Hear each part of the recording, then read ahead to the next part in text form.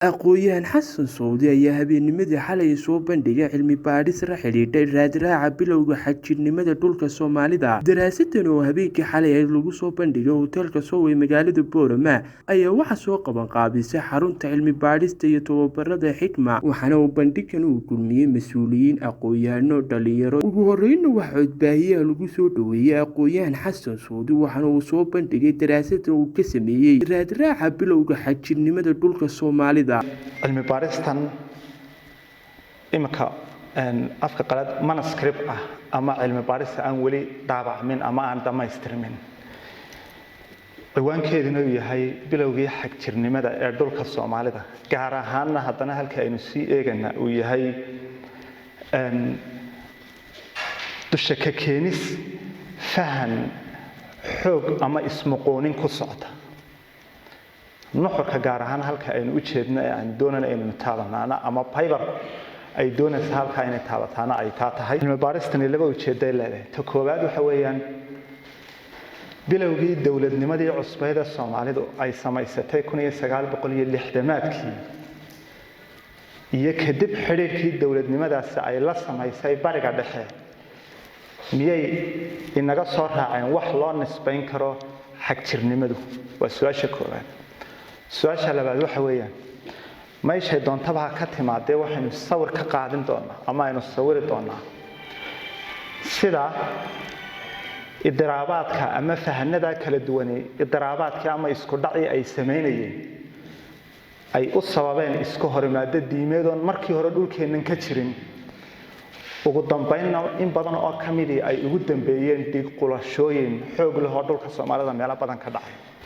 labada ujeedo oo kaliya ayay baybar ku leedahay. maxaad ula jeedaa dhulka Soomaalida? waxaan ula jeedaa dhulka Soomaalida ee aan xuduudda siyaasiga la eegay qarnigii 12aad ilaa 13aad 14aad 15aad diinta islaamku geeska Afrika oo dhan waxay uga jirtay iyada oo hayb ah identity diimeed oo islaamig ah baa sidaa u jirtay. intii ka dambeysayna haddana waxay isu bedelaysay hayb kale oo siyaasi ah oo awood siyaasadeed iyo mid military ba yeelanaysay. marka dib ugu noqoto dagaaladii dhici jiray ee Allah naxariista Axmed Gurey oo thaqaafa islaamiya hormood u ahaa iyo mid kale iyadana thaqaafo kale oo Kristana matalan isku dhacyada halka ka imanay. taariikhdaasi marka aad soo wado waxay ku gabagaboysmaysaa iyada oo labada thaqaafadood mid waliba state ay hoos gashay, labaduba haddana 60maadkii bay dawladnimo noqdeen xoogoodu. haddana labaduba markaasay nationalist states ama dawlado shuuci ah oo wadaniyadoodu xoogan tahay ku dambeeyeen. inagoo sidaa isaga degan oo dadka Soomaalida ahi wax kale isku hayaan, cudurrada ijtimaaciga ah ee ku dhex jira ama siyaasadda taabanaya ama dhaqaalaha ama dhaqanka taabanaya ay fara badan yihiin ayaa mushkilad kalena markaa inagu soo biirtay. mushkiladdu waa tan ilaa hadda raadkeedii aynu la noolahay. su'aashu markaa waxay noqonaysaa xaggee inaga timi mushkiladda? waxaan u qaadanaynaa qeexitaankeedu ha inoo dambeeyay xagjirnimaynu u qaadanaynaa. xaggee haddaba inaga timi fahamka noocaasi? xaggee inaga timi?